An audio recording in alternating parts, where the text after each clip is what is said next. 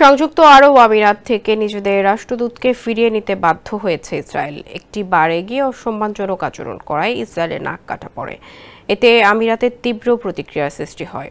এরপরই অনেকটা বাধ্য হয়ে রাষ্ট্রদূতকে দেশে ফেরার নির্দেশ দেয় তেল আবিব। হিব্রু ভাষার মিডিয়া প্রতিবেদনের বরাতে এই তথ্য জানিয়েছে মিডল ইস্ট আই।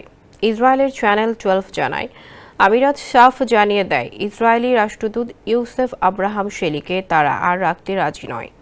এরপরে ইসরায়েলি সরকার তাকে দেশে ফিরিয়ে আনে। শেলি নারীসহ কয়েকজন ইসরায়েলি নিয়ে একটি বারে হাজির হয়েছিল বলে এর আগে এক প্রতিবেদনে জানিয়েছিল হিব্রু ভাষার সাইট ইন 12। তবে সেখানে তিনি যে ধরনের আচরণ করেন তা হজম হয়নি আমিরাতের কর্মকর্তাদের। ওয়ালটন এখন দেশের সীমানা পেরিয়ে পৌঁছে গিয়েছে 50টিরও বেশি দেশে। ওয়ালটন, ঘরে ঘরে বিশ্বজুড়ে। এরপরে আমিরাত জানায় তারা শেলিকে গ্রহণ করবে না। মার্কিন প্রেসিডেন্ট ডোনাল্ড ট্রাম্পের মধ্যস্থতায় 2020 সালে ইসরায়েলের সঙ্গে সম্পর্ক স্বাভাবিক করে আমিরাত।